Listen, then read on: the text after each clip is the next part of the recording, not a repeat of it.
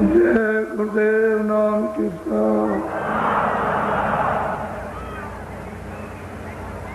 जय गुरुदेव नाम किसका,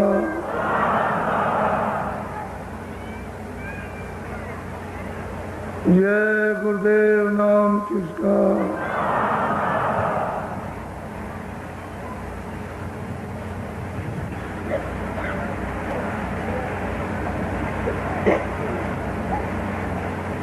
बच्चे और बच्चियों,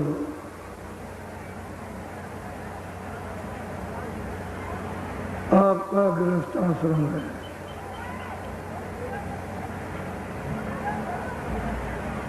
इस गृहस्थ आश्रम में आपस में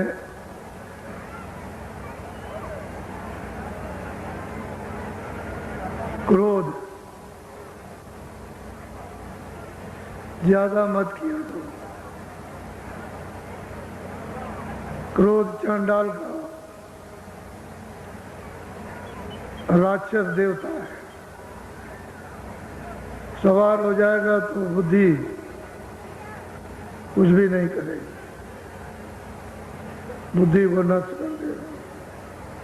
उससे अच्छा यह है एक पति कुछ पत्नी से कहे तो पत्नी को चाहिए चुप रहे। वो दो चार बार बोलेगा, जब पत्नी कोई जवाब नहीं देगी तो चुप हो जाएगा। और पत्नी जब नाराज हो जाए तो पति को चाहिए कि घर में परेशानी की वजह से नाराज है, अपने को कुछ नहीं कहना, चुप हो जाए तो क्रोध ठंडा हो जाएगा और घर में आपस में प्रेम से रहोगे। दुख सुख गृहस्थी में अपने कर्मानुसार प्रारब्ध के अनुसार आपको जो मिला है कम बेसी उसी में सब्र, उसी में बर्दाश्त करो कि मालिक ने ये जो कुछ दिया है बहुत है, इसी में अपना गुजारा करेंगे। और नया काम अच्छा करो,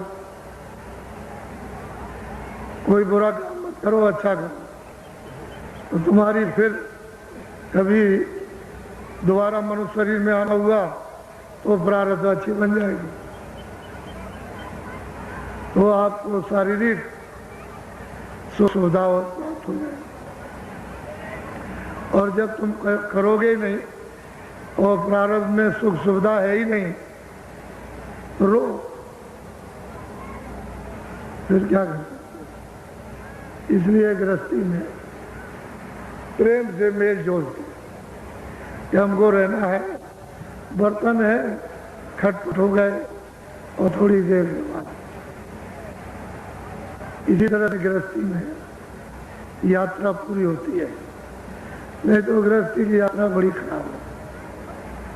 वैसे ये आश्रम सबसे अच्छा, अगर ना समझे ये आश्रम सबसे खराब, समझ गए तो सबसे खराब।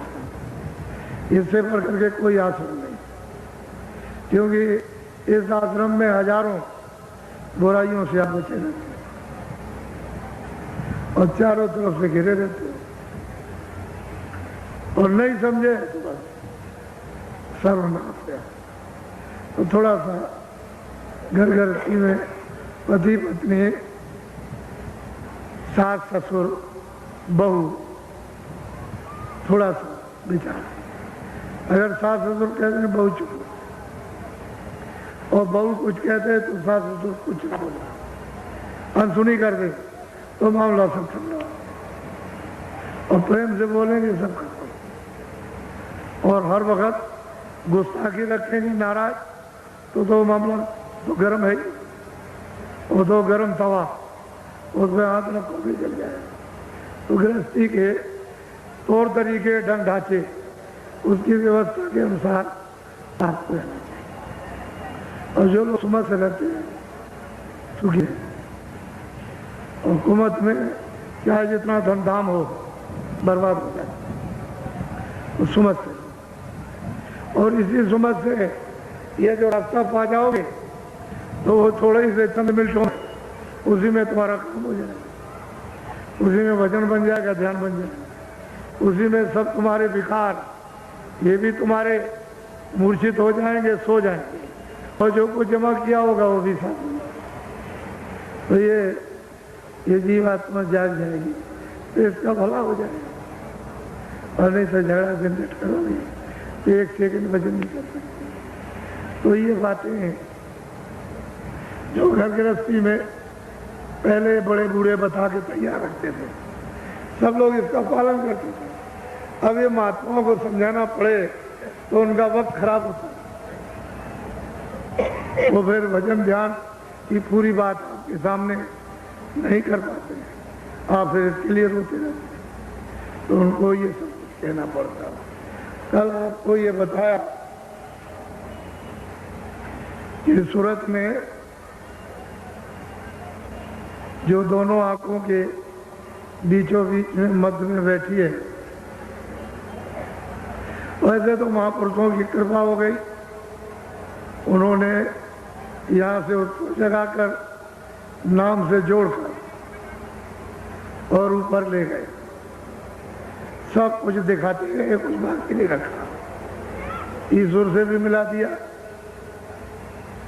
सब कुछ दिखाया, ब्रह्म से भी मिला, सब कुछ दिखाया, पार ब्रह्म से मिला, महाकाल, और सब कुछ दिखाकर वो सत्य देश में वो जो सच्चा प्रीतम है उसके पास पहुंचा दिया।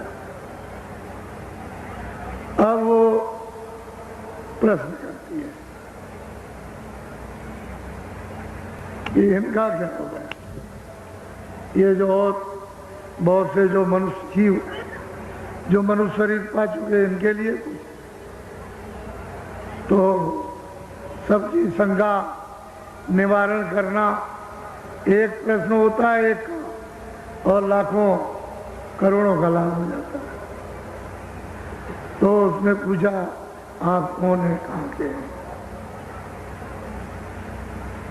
आप यहाँ क्यों आए, हमको क्यों जगा रहे, हम कहाँ के हैं, ये सब हमको, आप कहाँ रहते हैं, कौन सा देश है, ये सब उसने प्रश्न किया। और उन्होंने कहा कि आप नरकों में हैं, 84 में हैं, कि आप यहाँ मृत्यु लोक में, कि स्वर्ग वैकुंठ में, कि आप इंद्रपुरी गंधर्व लोक में, या शिव मुकाम में, विष्णु में, या सूर्य लोक में, चंद्रलोक में, कहाँ पर आप, या आप सर्वत्र जगह सब जगह रहते हैं, सब उसने पूछा और सबका उन्होंने उत्तर दिया।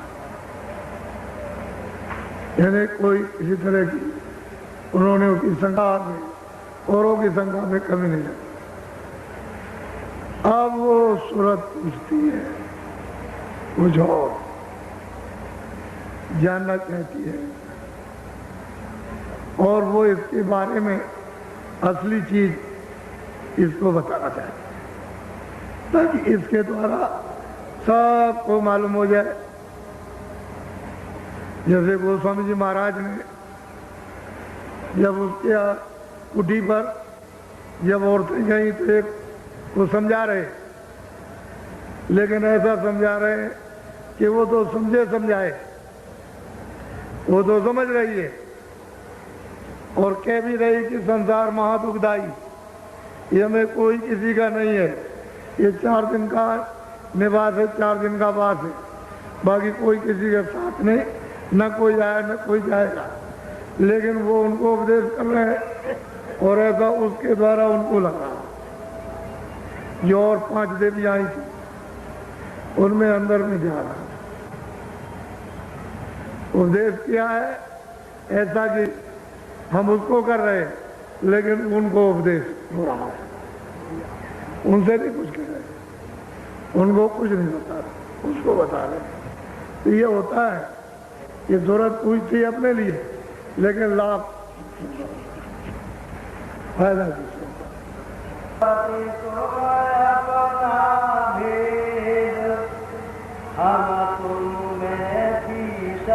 अब वो कहते हैं कि देख सूरत, तू अपना भेद सुन। तेरा भेद क्या था कि तुझ मुझ में थी, अभेद कोई मैं था, मुझ में थी, अभेद थी, कोई भेदभाव नहीं था। मेरा रूप था, मेरा आनंद था, मेरी शक्ति थी, मेरा ज्ञान था, इससे तो अलग कुछ ही नहीं। अभेद थी, कोई भेदभाव था नहीं। जो मैं था वो तू, और तू है वो मैं हूं। अब वो महापुरुष है, उसको उसके प्रश्न का उत्तर देकर समझा। क्यों समझ में आएगा? ये यहां से वहां पहुंचे, वहां पहुंच गए, तब उसकी समझ में आएगा कि उसको ले आएंगे, क्योंकि वो भी आई है, वो भी है, और वो भी जा रहे हैं, वो भी जा रही। तो वहां जब पहुंची तो कोई भेद नहीं। जहां की बूंद थी उसी सिंध में सिरा गई, उसमें लय हो गई। जल की बूंद समुद्र में गिरे, समुद्र रूप, फिर उसको कोई बूंद नहीं कहता, समुद्र कहते हैं। यही सूरत जब वहां पहुंच जाएगी तो समुद्र है, फिर सूरत नहीं है, बूंद नहीं, वो शब्द रूप है, और वहां सब शब्द ही शब्द है।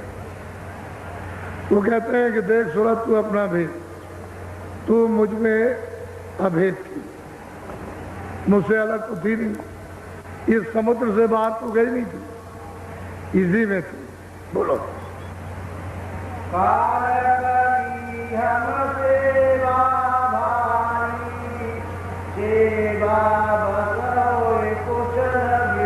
अब वो कल तो बता दिया था कि भाई इस तरह से सतपुरुष को स्थापित किया सतलोक में, और वहां से 2 धाराएं, और झंझरी द्वीप में यानी सैदल कमल में आकर के वो बैठ गए।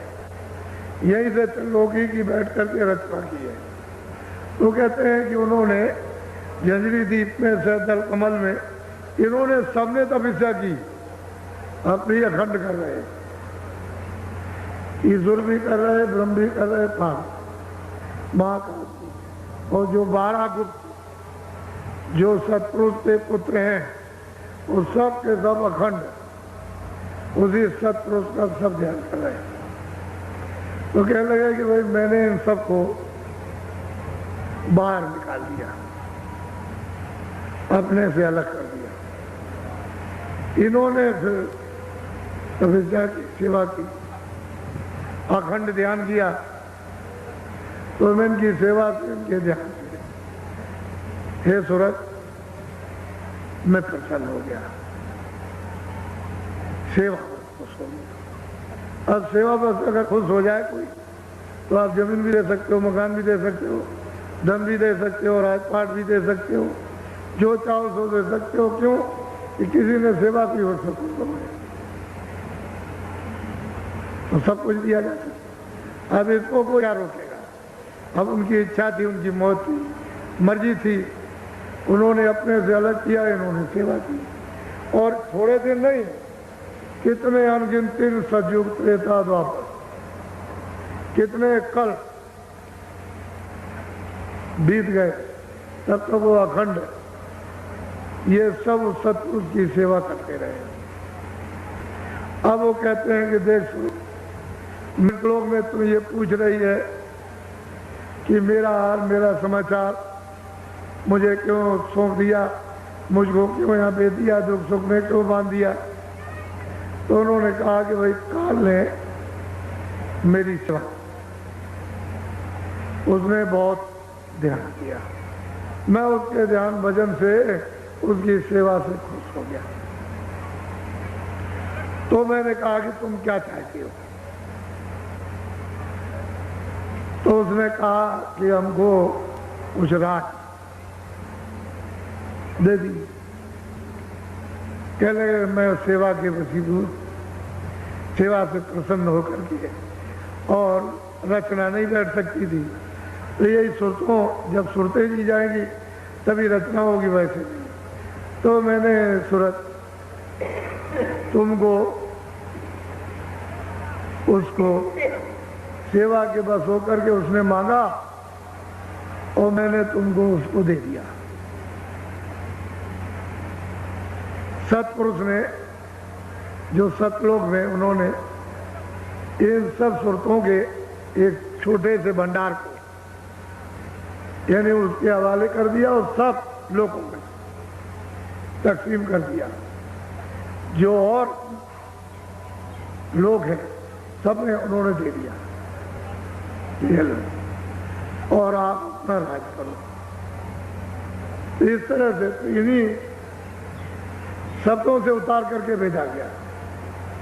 बराबर सूरतें शब्द से उतरते आएंगी और जब वापस जाएंगी तो शब्द से जाएंगी, नाम से जाएंगी, आवाज से जाएंगी तो आवाज को पकड़ के आई थी और आवाज को पकड़ के जाएंगी। लेकिन यहाँ आवाज हो रही थी, आँख खुली थी, कान खुले थे, तब आप पकड़े हुए थे, देख रहे थे, आते थे जाते थे, कोई पर्दा नहीं था। लेकिन जब आपको अधिकार कर्मों का कर्म विधान बना करके दे दिया पाप उनका, तो आप करने लगे। तो आपने यहाँ ये सब कूड़ा कचड़ा पाप उनका जमा कर दिया। उससे गंदगी जमा होने से आँख और कान मटमैले हो गए, नाक मटमैली हो गई, बंद हो गई। अब नाम से तुम्हारा संबंध टूट गया, उससे अलग हो गए। तो जो बल्ब जल रहा तो बुझ गया। अब ये जीवात्मा रूपी बल्ब बुझ गया, अब सब ये हो गया। तो मैंने सेवा के बस होकर, हे सुरत, उस काल को मैंने तुमको दी दिया। बोलो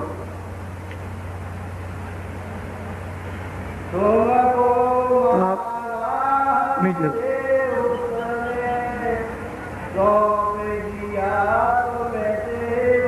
कहते सूरत, ये तो दोनों आंखों के पीछे सब में बैठी है। कह लगे उसने हम सेवा की और मैंने सेवा के उसकी खुश होकर के और उसको तुमको दे दिया। सुबह बोलो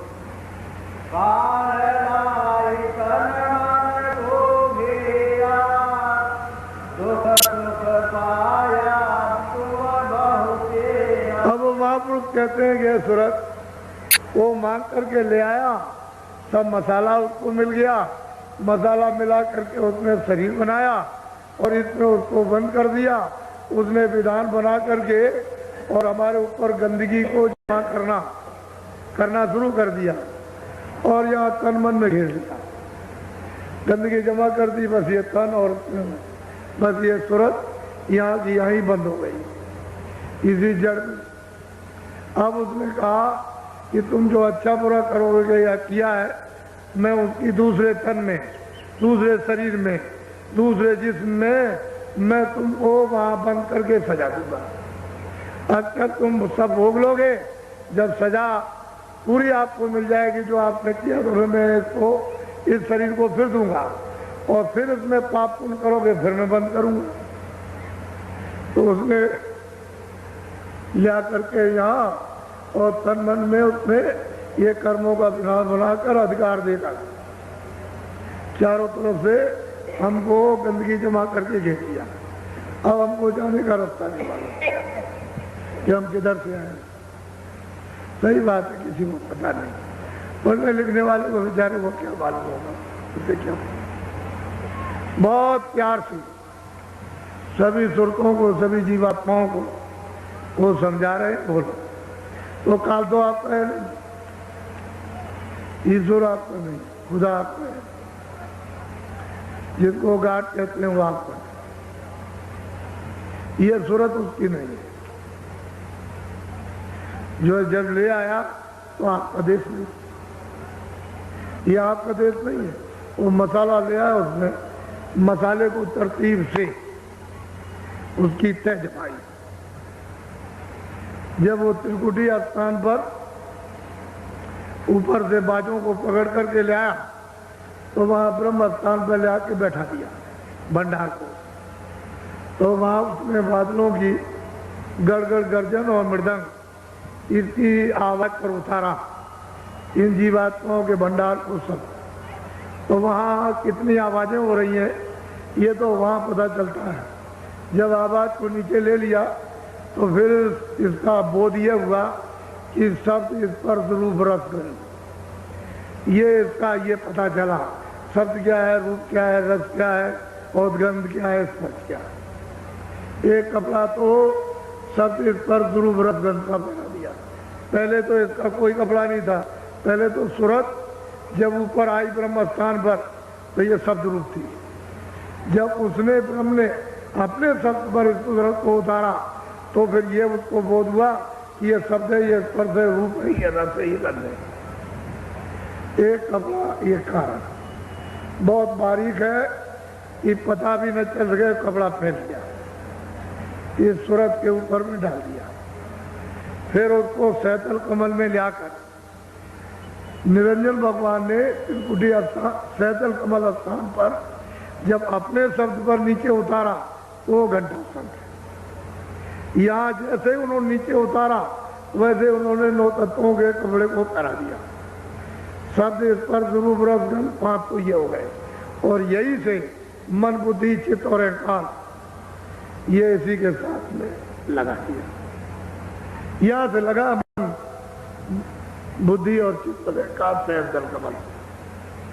यहाँ से सैतल कमल जहाँ निरंजन भगवान खुदा जहाँ गार्ड बैठे हुए हैं, वो मतलब है कि यहाँ से लगाया उन्होंने तो 9 तत्वों का कपड़ा हो गया।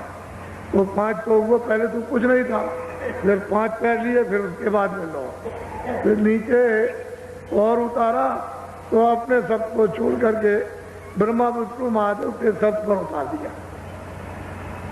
तो वो 17 तत्वों का 10 इंद्रियां चतुर्संध्याकरण मन बुद्धि चित्त और 10 इंद्रियां और 3 गुण रजोगुण तमोगुण सतोगुण, ये 17 तत्वों का कमरा। अब आप ये देखिए, एक के अंदर एक, एक के अंदर एक, एक के अंदर एक। जब यहाँ मृतलोक में उतार करके ले आए यहाँ तो उन्होंने 5 तत्वों का पकड़ा, जल पृथ्वी अग्नि वायु आकाश, ये 5 तत्वों का है। इसके अंदर 17 तत्व, उसके अंदर 9 तत्व, फिर उसके अंदर 5 तत्व। जब ये ब्रह्म स्थान पर पहुंचकर जब इस शब्द को छोड़ देती है और ऊपर की जब उसको आवाज मिलती है तो ये बादलों की गरज और मृदंग इसको छोड़ करके और पिंगली सारंगी जब उसको पकड़ती है तो इससे बहुत प्रिय मधुर और मीठी, बहुत प्रिय, बहुत मधुर, बहुत मीठी और बहुत आकर्षक आवाज। तो जैसे ही उसने उसको पकड़ा तो उसको छोड़ दिया तो खोल उतर गया। जब इस खोल को उतारोगे, घंटे संग की आवाज में ले हो जाओ तो ये खोल उतर जाएगा जीते जी। ऊपर चलोगे तो फिर 17 तत्वों का खोल, जब स्वर्ग वैकुंठ पार करोगे तो 17 तत्वों का खोल उतर जाएगा। और सैतल कमल में जब दर्शन निरंजन भगवान का 3 लोक के मालिक का जब करोगे और वहां से ऊपर की आवाज पकड़ोगे तो वो 9 तत्वों का कड़ा उतर जाएगा। यही से उतरेगा, उसके उतारने का यही धाम है, ये मकान, ये जो किराए पर आप मिला। जब उसको उधर से ऊपर भी उतार दिया तो फिर ब्रह्म स्थान पर पहुंची, वहां शब्द है, स्पर्श है, रूप है, रस है, गंध है, उसका उस मंडल पर पूरा बोध होता है, पूरा का पूरा। जैसे ही उसने ऊपर की आवाज पकड़ी और उसमें जैसे ही लय हुई तो फौरन उधर चली गई।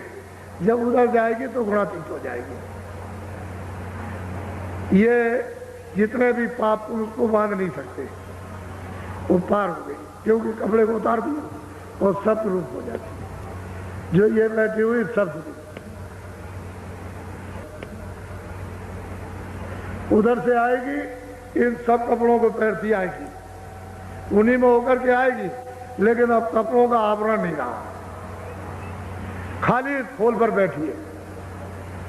बीच में अब खोल रही है, खोल खत्म हो गए, लिंग शरीर भी खत्म हो गया और सूक्ष्म शरीर भी खत्म, और वो जो है मतलब कारण शरीर वो भी खत्म इसमें, और ये भी खत्म हो गया, क्योंकि इसमें बीच में तो कोई पर्दा नहीं, सामने यहाँ से वहां तक साफ। कुछ नहीं, कोई रोक टोक। इसलिए गोस्वामी जी महाराज ने रामायण में कहा है कि सतयुग जोगी सत्य क्या, जब जीवात्मा के गर्भ में 5वें महीने में की गई फूल पर, तो उस समय पर आँख खुली थी, कान खुले थे, नाक खुली थी गर्भ में, ये सब बातें सुनती थी। यही अंदर माँ के गर्भ में बैठ करके सब देखती, पूरा का पूरा पर्दा सब का सब खुला हुआ था। अंदर से कोई पर्दा किसी भी मंडप पर बंद नहीं। जैसे ही 9 महीने का बच्चा शरीर लेकर के माँ के पेट से बाहर आया था, जोगी विज्ञानी कर और ध्यान सब हरि ज्ञान सब पार जाते थे। उस समय तो कोई पाप था नहीं, वेद कतलेब शास्त्र थे, अच्छा बुरा सत्य सत्य न्याय अन्याय। ये तो बहुत समय के बाद, कितने युग बीतने के बाद और कितनी जीवात्माएं पहुंच गई वापिस। जिनको लेकर के आए थे वो बहुत चली गई वापिस, तब तक कोई बंधन नहीं था। फिर उन्होंने देखा कि सब निकल जाएंगे और हमने तपस्या की मांग करके ले आए तो ये सब चले जाएंगे तो हम राज किस पर करेंगे। तब उन्होंने अपनी शक्तियां पैदा करके और फिर उनसे तपस्या कराई, समाधि लगवाई और समाधि में उनको देववाणी सुनाई और फिर उनसे कहा कि जो हम बोले वो लिखो। तो जो जो आवाज बोलते गए, दर्शन तो उनको लिखने वालों को हुआ ही नहीं, जो बोलते गए वो लिखते। उस समय कागज तो था नहीं, तो भोजपत्र पर लिखा, छाल थी, उस पर 4 वेद 1 लाख श्लोक बस। उसमें 80,000 कर्मकांड, 16,000 उपासना कांड और 4,000 कांड, 1 लाख श्लोक है, उससे ज्यादा है। खंड उन्होंने जरूर 4 बना दिए। ये उन्होंने लिखवा करके और पूरा प्रचार उस समय पर करवा दिया कि देखो ये विधान हमारे लोग कर दिया और सबको अधिकार पूरा पूरा ये विधान जो बनाया उसका दे दिया जाएगा कि जो तुम चाहो सो करो, पाप भी करो, पुण्य भी करो, अच्छा भी करो, बुरा भी करो, मारो भी, रक्षा भी करो, जो आपकी इच्छा हो सो, इंद्रियों से, आंख से, कान से, हाथ से, पैर से, मन से, बुद्धि से, जो चाहो, और जो तुम करोगे अपना अपना भोगो। ये तिथि और तारीख है, इसके बाद पुण्य भी लगेगा और पाप भी लगेगा। बस जब अधिकार तिथि तारीख रखकर जब निकल गई और आपने पुण्य और पाप किया, बस ये लगी आपकी यही से बेड़ी पड़ी।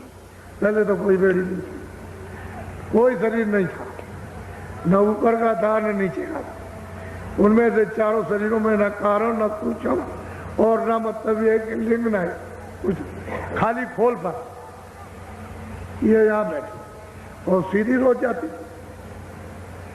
किसी तरह कोई बदल नहीं, सबका दफ्तर, ईश्वर का भी, ब्रह्म का भी, पार ब्रह्म का भी, सबका। स्वर्ग में भी जाएगी, वैकुंठ भी जाएगी, ब्रह्मांड में भी जाएगी और पार ब्रह्मांड में भी, परे भी जाएगी। कोई रोक टोक किसी भी देश में, किसी अनंतों लोकों में जो इतने बड़े बड़े कोई। लेकिन अब जब ये विधान सुन के और आपको दे दिया अधिकार, तो आपने ये कूड़े कचड़े करने से ये साफ पर्दे डाल दिए। तो इसमें कुछ ऐसे कि जो यहाँ बांध के रखेंगे, कुछ ऐसे उनमें से कर्म है जो मतलब ये है कि लिंग शरीर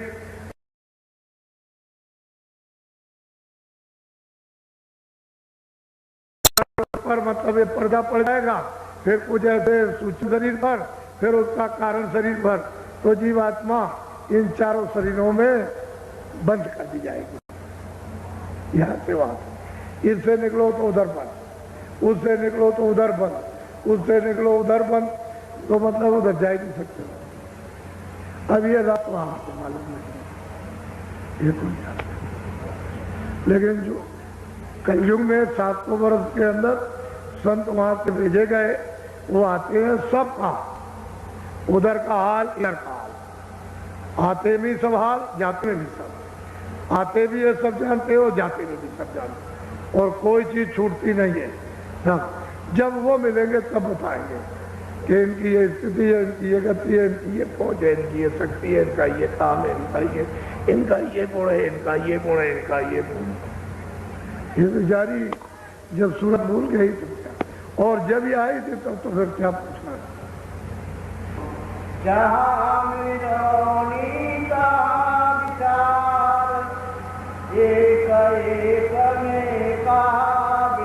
अब वो कहते हैं जहाँ मिलोनी है, अभी स्कूल की मिलोनी है तो वहाँ अलग अलग भिन्न है, जहाँ मिलोनी वहाँ विचार, और जहाँ मिलोनी नहीं है वहाँ कोई विचार नहीं। तेरे घर में कोई मिलोनी नहीं, तुम वापिस चल अपने घर, आनंद सुख से रहना, और सुखों का सुखा था सागर। अब तो यहाँ पड़ी ये देखिए तो जिसको पहुँचा दिया वही प्रश्न कर रहे हैं, और वो आपके लिए। ये बेचारे आएंगे इनको भी मैं कहाँ का रहने वाला। महात्मा क्यों आते हैं? इनको लाभ होगा। वो क्या करते हैं, जीवों को आके जगाते हैं, नाम से जोड़कर और वापस ले जाते हैं, आपको पता ही नहीं चलता। बोलो। हमारे देश एक सपना, वहाँ विचार का कुछ। और बिल्कुल साफ कहते हैं कि हमारे देश में सत्य ही सत्य का पसारा, वहाँ कुछ नहीं, कोई विचार, कोई असत, कोई छल कपट, कोई फरेबे, कुछ नहीं हुआ। तुम वहाँ की रहने वाली, चलो सुरतो वहाँ। ये जीवात्मा है, वहीं से आए, अपने सदैव से यहाँ पर गया। अब ये फंसे ये हालत होगी। कितना भी समझाओ, कितना भी बताओ, अरे जल्दी करो, देर मत करो, मनुष्य किराए का मकान है, अरे बच्चों जाने वाला है, जब शरीर से जीवात्मा निकाल दी जाएगी, खेती, दुकान, दफ्तर, राजपाट, धन दौलत, अच्छे बच्चे कच्चे सब छूट जाएंगे। हम भी यही कहते हैं कि हम किराए के मकान में, ये मेरा मकान नहीं है, किराए पर उन्होंने दिया, कहा कि भाई तुम अपना काम कर लो और मेरा मकान तुम तैयार रखो देने के लिए, शुद्ध साफ देना। तो हम क्या ले जाएंगे, क्योंकि ये तो किराए का, ये सामान अपना तो है नहीं है। ये तो उसने कहा कि देखो मेहनत मशक्कत करो और जो गोजी बटोर बटार कर अनाज सब्जी फल ले आओ, इसकी मलम पट्टी कर दो जुग के मुताबिक। सतयुग में दूसरा भोजन, त्रेता में दूसरा, और द्वापर में फिर और तीसरा, और कलयुग में अलग, तो इसकी मलम पट्टी करो, इसको निरोगी रखो। लेकिन वास्तव में हकीकत यह है कि किराए का मकान है ये आपको। तो जब ये मकान खाली हो जाएगा तो इसी ने तो सब चीजें इकट्ठी की हैं। जब ये मकान खाली हो गया, सामान पे ये पड़ा, ये आपको समझाने की जरूरत। तो मैं तो कुछ ले नहीं जा सकता, तो आपसे ये कहूं कि आप ले जाओ। ये आपको भी समझाना कि जब मैं कुछ नहीं ले जा सकता हूं तो आप यहाँ पे कुछ नहीं ले जाओगे, इसलिए आप अपने देश में चलो, अपने घर में चलो। वो तो खुद ही कहते हैं कि इनको पापों से बचाओ। अब मैं क्या करूं, मैंने तो विधान बना दिया, अब मैं उसको पलट नहीं सकता हूं, लेकिन इनको रोको और ये कोई पाप पुण्य न करे, और ये धीरे से अपनी सफाई करा करके चले जाएं। तो वो तो कह रहे, लेकिन अब क्या करें, विधान बना करके अब पलट नहीं सकते। अब तो महात्मा आते हैं, सारे विचार धोखा खाया, बस कहते हैं कि विचार जहाँ मतलब माया के जाल में आए, बस विचार इन्होंने सबने धोखा खाया, और बूंद के बूंद में फिर चारों खानों में फंसे रह गए। उधर अपने घर में, अपने सिंध में, अपने अपने प्रभु के पास कोई नहीं जा सका, सब यही फंसे। तो आपको उत्तर मिल गया। मुझे तो सिर्फ इतनी ही बात आपको बतानी है कि मैं कोई अपनी तरफ से नहीं कह रहा हूँ, और भी महापुरुष समय समय पर आए, उन्होंने भी कहा, लेकिन ये किताबें उन्हीं के काम आएगी जो उधर आता जाता। जब तक आने जाने वाला नहीं मिलेगा तब तक इन किताबों का प्रमाण कोई नहीं दे सकता। जो उधर आएगा जाएगा और उधर देखेगा, जिसकी जीवात्मा जाग जाएगी, जो उधर उन पदों को जो प्राप्त करेगा, उन लोगों को, वो तो इन किताबों का प्रमाण दे सकते हैं, बाकी कोई नहीं दे सकता, कि उनके पास तो मतलब ये ज्ञान है। वो आध्यात्मिक ज्ञान नहीं है। तो ये तो झगड़े वाला ज्ञान है, तो झगड़े वाला इसमें क्या समझ में आएगा? ये तो कोई साधना तो आपने की नहीं, और वो साधना का आध्यात्मिक ज्ञान है, ये भौतिक बुद्धि का ज्ञान।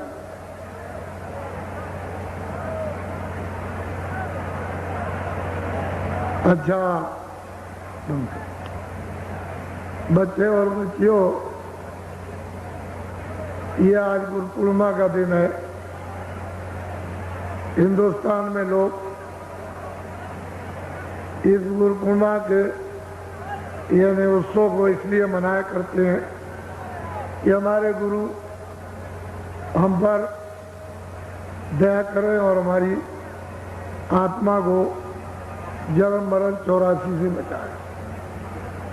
इसलिए लोग यानी पूजा करते हैं और उनसे आशीर्वाद चाहते हैं। ये बहुत दिनों से ये उत्सव गुरु पूर्णिमा का, पूनम का चलता चला आ रहा। उस समय के लोग तो कुछ जगे हुए थे, तब उन्होंने ये रखा था, लेकिन अब आपने इसको मतलब ये है कि एक बाहरी त्योहार बना दिया। ये बाहरी त्योहार नहीं है, अंतर जीवात्मा के कल्याण का त्योहार था, और कल्याण का नहीं था। तो ये नीम सारण है 88,000। अब तो आप उसको भूल गए हो। चरितार्थ में भी, वास्तव में कहने में भी आपके नहीं आता कि 88,000 ऋषि आए थे, इस तरह की मंत्रणा की थी। तो लोग इसको बहुत कम देश में जानते हैं। लेकिन इतना बड़ा समुदाय जो आपका इस समय पर आपने कभी भी यहाँ नहीं देखा, वो आपके समझ आप। मैं तो कुछ इसके बारे में कहना नहीं चाहता हूँ, लेकिन आपके सम की चर्चाएं आपस में ये हो रही हैं कि जब से द्वापर खत्म हुआ होगा, जब से यहाँ पर ऋषि आए होंगे, उसके बाद तो इस तरह का दृश्य कभी आया नहीं। मैं यही बात, एक पवित्र स्थान की पवित्रता को सब लोगों को रखना ही चाहिए था। इस भूमि के लोगों को वो काम करना चाहिए था कि उच्च कोट मानवता, मनुष्यता का, सत्यता का, आदर का, सेवा का, सद्भाव का और आत्म कल्याण का। अगर ये आप पकड़े रहते तो कहीं न कहीं से महात्मा आ जाकर और जल्दी से तुम्हारी जीवात्मा को उठा लेते और ले जाके पहुंचा देते। देर नहीं लगती। तो स्थान की कर्मा मतलब है कैसे आलोक हो जाती है विकारों, बुराइयों, छल से, कपट से, फरेब से, जीव हिंसा से, मनुष्य के धोखे से, झूठ छल से, ये उस स्थान की गर्मा आलोक हो जाती है। लेकिन ये सृष्टि है वो ऋषियों मुनियों की, प्राचीन संतों की अब की, तो इसमें कोई ना कोई तो आता रहेगा, कोई कोई आएगा। तो ये दृष्टि आपके साथ कितने आदमी टेंटों में, ये पूरा का पूरा यहाँ आपने कहा तो नहीं। इसलिए मैं कोई संसारी आदमी नहीं, मैं पहले भी नहीं था। मैं ये कहा करता था कि मैं संसारी, उतनी तो बात आपको बता सकता हूँ जितने फंसे हुए हो, लेकिन मैं संसारी नहीं। मुझे संसार की कोई इच्छा भी नहीं। इतनी इच्छा है कि तुम जाग जाओ, ये जीवात्मा शुद्ध साफ होकर अपने घर की तरफ चल पड़े, इसका भला हो जाए। ये तो सेवा की इच्छा है, लेकिन और कोई इच्छा है। और तो एक किराए का मकान जो मेरे भाग का है बना दिया, वो तो मुझे उतनी इसकी सेवा के लिए रोज मिलेगा, एक श्वास लगे उसमें मिल जाएगा। बाकी उसका त्याग है कि हम वो चीज़ जो मिल रही उसको किसी और काम में लगा दें, और किसी के काम में आ जाए तो अच्छी बात है। ये दृश्य आप देख रहे हो। और हमने कल भी कह दिया, हम नीम सारण के निवासी, आसपास के आपके जो बड़े बड़े गांव हैं चारों, वहाँ के जितने भी हिंदू मुसलमान छोटे बड़े व्यापारी है, काश्तकार हैं और दफ्तर वाले, हमारी किसी से कोई शिकायत नहीं। हम तो ये यहाँ जान गए कि सब लोगों ने सहयोग दिया, सबकी सद्भावना श्रद्धा उमड़ी, श्रद्धा का स्रोत अभी यानी दलदलाने लगा, जमीन में दलदलाने लगा। श्रद्धा का स्रोत यानी जमीन जो कड़ी थी वो मुलायम हो गई। हृदय रूपी जमीन बहुत सख्त बहुत कड़ी थी, वो अब बिल्कुल एकदम मुलायम हो गई। इसी में तो श्रद्धा का स्रोत बहने लगेगा। जैसे ही श्रद्धा बहेगी, अरे कितने लोगों का कल्याण हो जाएगा। आपने सबने सहयोग दिया, हम सबके पूरे पूरे आभारी हैं। और आपकी सब सहयोग की सेवा जो कुछ भी सबने की, कर्मचारी अधिकारी, सेठ साहूकार, काश्तकार, छोटे बड़े, हिंदू मुसलमान, कोई भी हो, कोई वर्ग के मनुष्य इंसान, आपकी वो जो सद्भावना की श्रद्धा सेवा वो हमारे सिर भाते, हमारे हम आपके सबके लिए उस प्रभु से प्रार्थना करेंगे कि इनका आत्म कल्याण होना चाहिए। जीवात्मा मनुष्य शरीर में जगे, इतना तो हो जाए कि कल रात को अगर मान लो समय पूरा हो जाए, शरीर छोड़े, हिंदू मुसलमान, छोटे बड़े, अमीर कबीर, तो कम से कम इनकी जीवात्मा की उस समय पर हिफाजत, रक्षा, संभाल हो जाए, संभाल हो जाए। फिर आज 84 न जा सको नरकों में, काम तो नरकों में जाने के किए, लेकिन नरकों में जा सको ऐसी संभाल हो जाए। तो अब थोड़ा तो कुछ ना कुछ हाथ में कुछ आपको पकड़ना ही पड़ेगा, क्योंकि बिना हाथ में पकड़े टिकट के जो आएगा पूछने कि भाई लाओ टिकट तुम्हारा किधर है, तो कम से कम टिकट तो दिखा दोगे कि ये टिकट है, हमको किसी ने दिया। तो टिकट को जब देखेगा कह लगे अच्छा, कुछ बोलेगा नहीं तो मतलब ये पता नहीं उसके हाथ में त्रिशूल हो, तलवार हो, क्या चीज हो, किस तरह की हो, तो मतलब ये टिकट दिखाया वे कुछ नहीं बोलेगा। जब नहीं बोलेगा तो ये समझ लेना कि हमारी समाज, उसके लिए हम आपको अभी बता देते हैं। हमारा पूर्णिमा का ये 10 दिवसीय जो कार्यक्रम इसके साथ जुड़ा हुआ है, महामानव प्राच्य नियम सारण की, तो आप लोग बड़ी मतलब ये कि प्राच्य हमको क्षमा कर दीजिए, माफ कर दीजिए, हम अब गलती नहीं करेंगे और अब हम अच्छे काम करेंगे और हम भजन करेंगे। वो आपको भजन का रास्ता हम बता रहे हैं, हम इनकार कब करते, हम आपको भजन का रास्ता देंगे, आप भजन और जल्दी से छुटकारा हो जाए। तो दोनों तरफ से, इधर आपने भी प्रार्थना की, इधर मैंने भी प्रार्थना की दरवाजे पर, उसने उधर से सुना भी कि इधर से ये भी प्रार्थना और आप भी प्रार्थना अपनी माफी की कर रहे हो, तो दया तो संभावी जुड़ जाएगी। फिर उसमें संदेह वाली बात नहीं, लेकिन प्रार्थना तो करना चाहिए। अब आप वैसे ऐसे ही करोगे तो मन से और शरीर से कुछ नहीं होता। इस जीवात्मा से प्रार्थना करो, ये हरि का दरवाजा यहाँ इस जगह, यही प्रार्थना करो और यहीं पर चेतन जीवात्मा को चेतन दरवाजे पर पटको, खटखटाओ, इस तरह से जोर से बुलाओ, तो ऊपर से आवाज देगा कि सूरत ये मेरी आवाज है, तो इसको पकड़ ले और पकड़ के मेरे पास आ। वो जरूर बोलेगा। जब तुम खटखटाओगे तो आवाज देगा मैं इधर हूं। जब वो आवाज दे तो उसको पकड़, वो तुमको बुला ही रहा अपने पास पहुंचने के लिए। मेरी आवाज को पकड़े आओ, चलिए आओ पकड़ कर, और जहां मैं बैठा हूं उसी आपको पकड़े आओ। मुझ में से जो आवाज निकल रही तो मेरे पास आ जाओगे, मेरा दर्शन हो जाएगा। सीधा सीधा तो मोटी बात है। वैसे आज भी लोग आ रहे हैं, लिख करके भेजा है कि स्पेशल गाड़ी दिन में 12:15 बजे ऐसा कुछ काम, तो आप जानकारी प्राप्त, चलो 12 बजे सही। अब वो तो कागज हमको मिल जाएगा, तो 12 बजे समझ तो आप पहुंचे। गाड़ी यहाँ से जाएगी, वो इतना इतना बगैर स्पेशल बातकार ये वो लगाए हुए जल्दी नहीं खिंचेगा।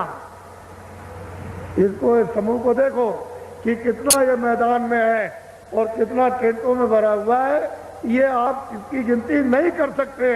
चाहे आप 1000 आदमी लगा दो और चाहे 10,000 लगा दो, बच्चा इसकी गिनती नहीं हो सकती है, ये अनगिनती है।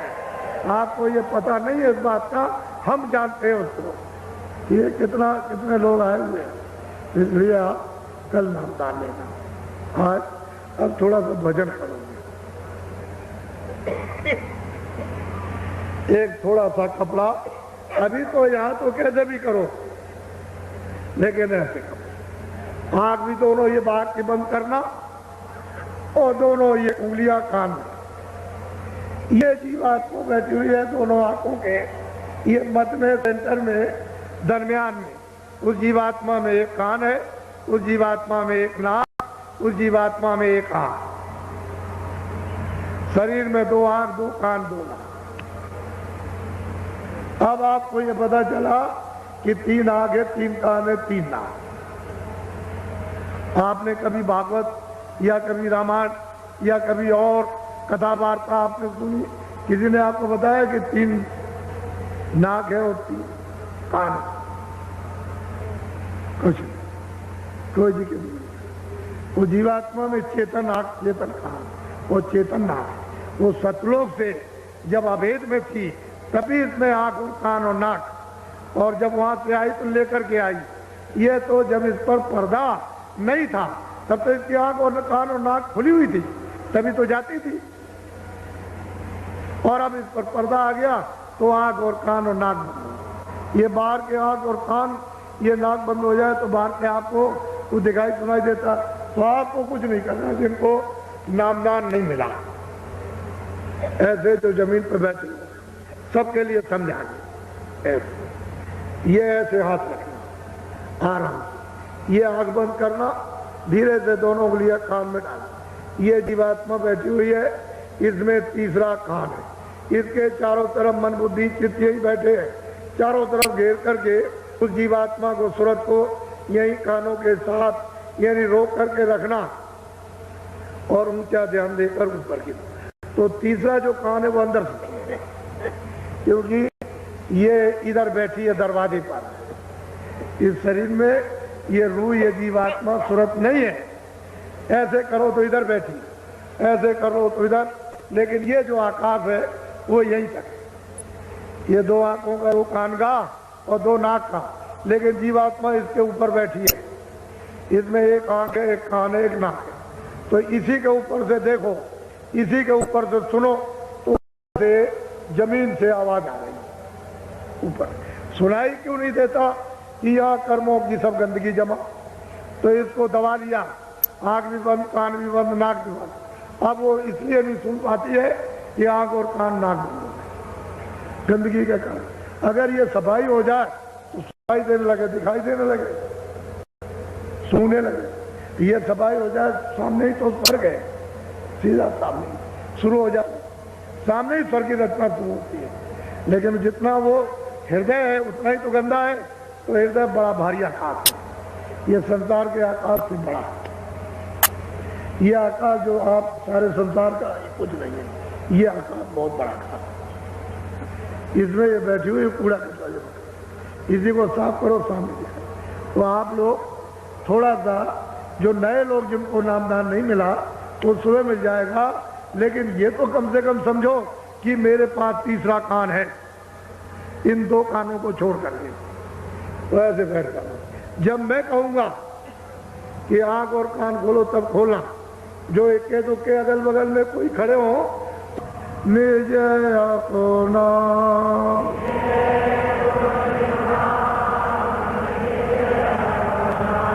गुरु की तरह जड़ कर ले,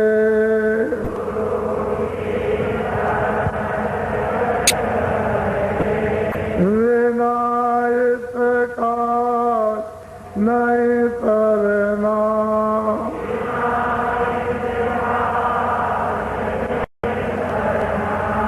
लोभ और मान क्यों चाहे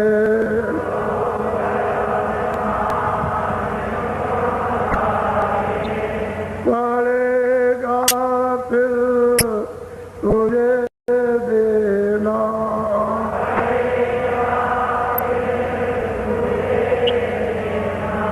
कर्म जो जो करेगा तू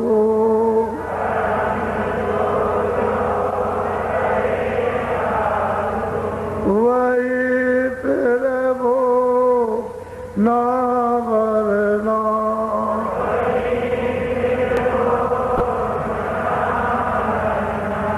जगत के जाल से ज्यों त्यों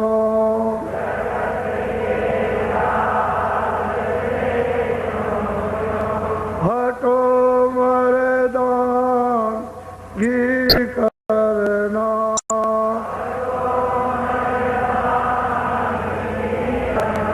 जिन्होंने मार मन डाला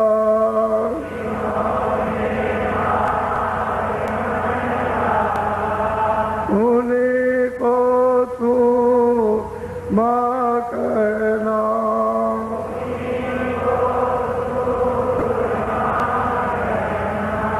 बड़ा वैरी ये मन गटू में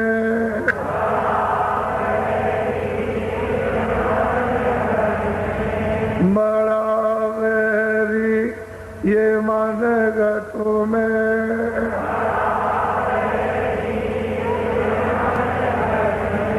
किसी का जी ना कटना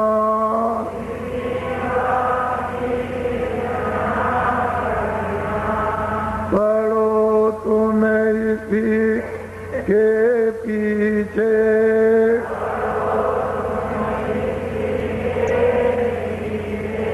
और सबई यतन तजना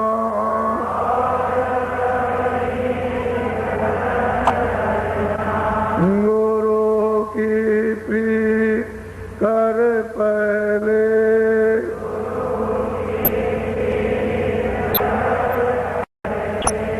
मोर घटता तो सुनना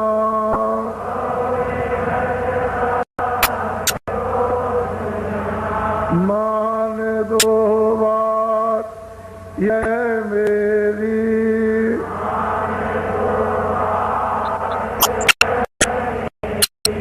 करे मत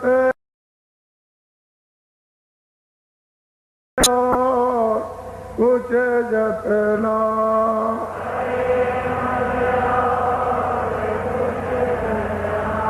हार जब जाए मन तुझसे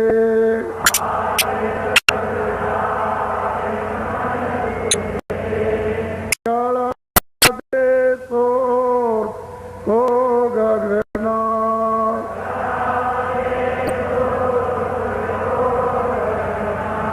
गुरु का ध्यान कर प्यारे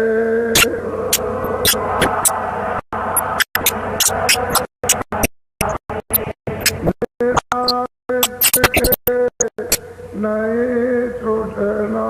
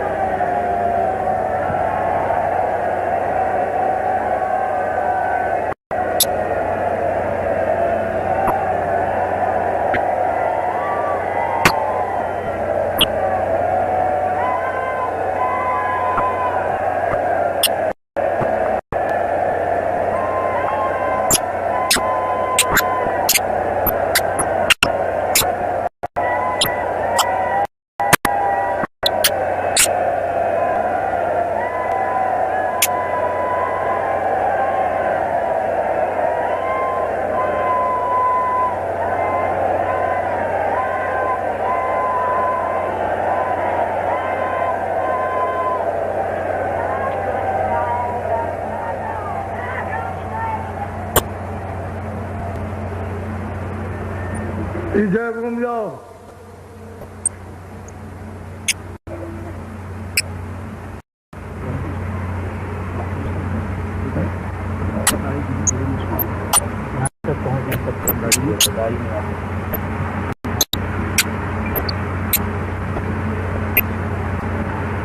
आगे आंखें बंद करो, आंखें बंद कर लो, सिर झुकाओ, प्रणाम करो अंदर ही अंदर।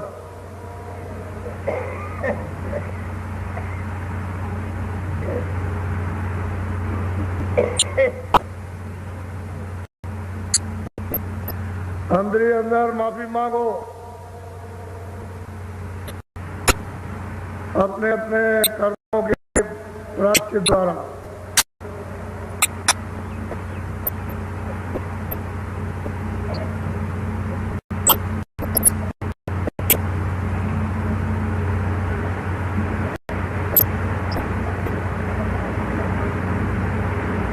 नहीं आ सकती, थोड़ा सा ध्यान नहीं आ सकती।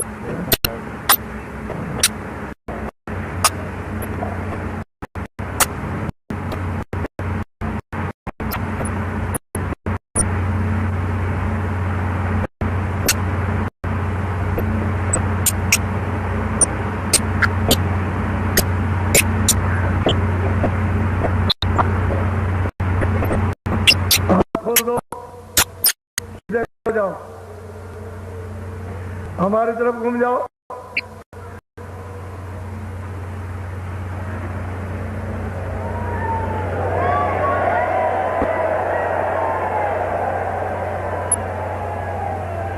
हाथ नीचे करो बच्चों, हाथ, सिर को झुकाओ, आंखें बंद करो, अंदर प्रार्थना करो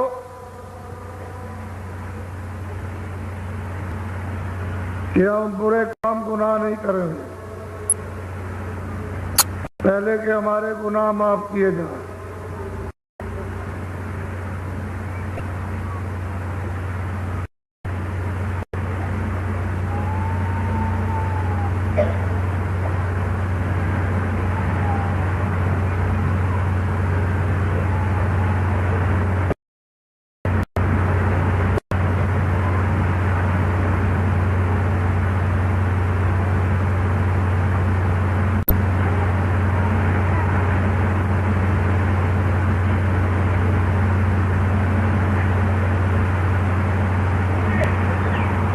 आंखें खोल दो, सीधे हो जाओ, फिर पीछे घूम जाओ।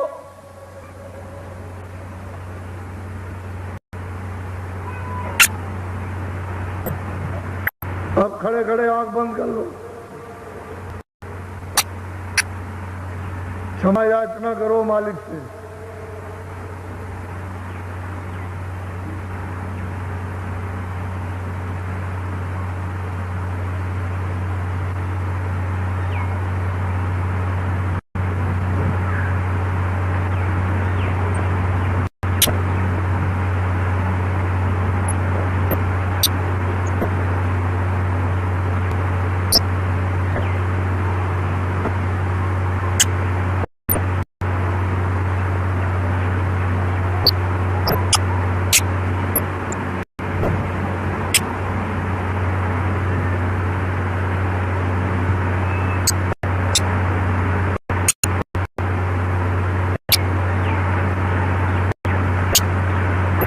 आंख खोल दो, हमारी तरफ घूम जाओ।